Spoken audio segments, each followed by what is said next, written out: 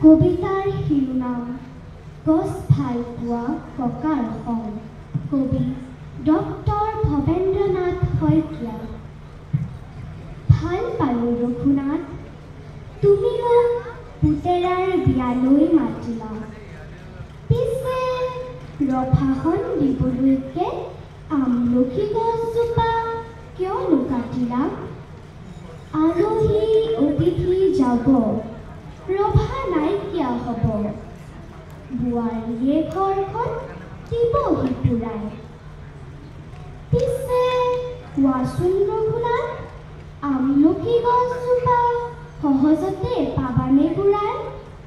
দৰাটিক মাতাচোন, এজুলুকা আশীৰ্বাদ দিওঁ আৰু যাওঁ।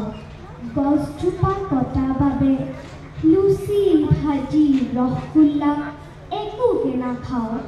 ধন্যবাদ।